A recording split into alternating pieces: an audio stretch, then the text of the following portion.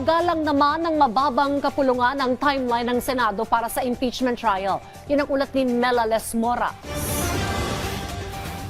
Nirerespeto ng House Prosecution Panel kahit anuman ang maging desisyon ng Senado kaugnay sa timeline ng impeachment trial laban kay Vice President Sara Duterte.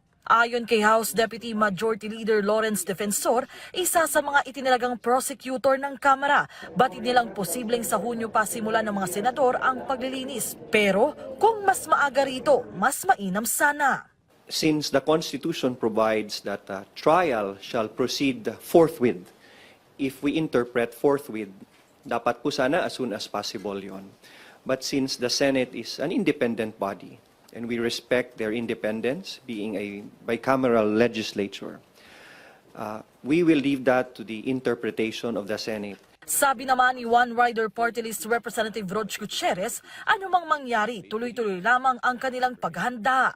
Magkakasa rin sila ng information campaign para maunawaan ng publiko ang impeachment process. Bumubuo na rin daw ang Kamara ng Impeachment Secretariat pero hindi pa malinaw kung sino-sino ang mapapabilang dito. It's still not clear. Of course, it's been a while, but the impeachment secretariat will cater to all the needs that the House would have in relation to the sui generis proceedings. So I think it would be from the top down regarding logistics, regarding support.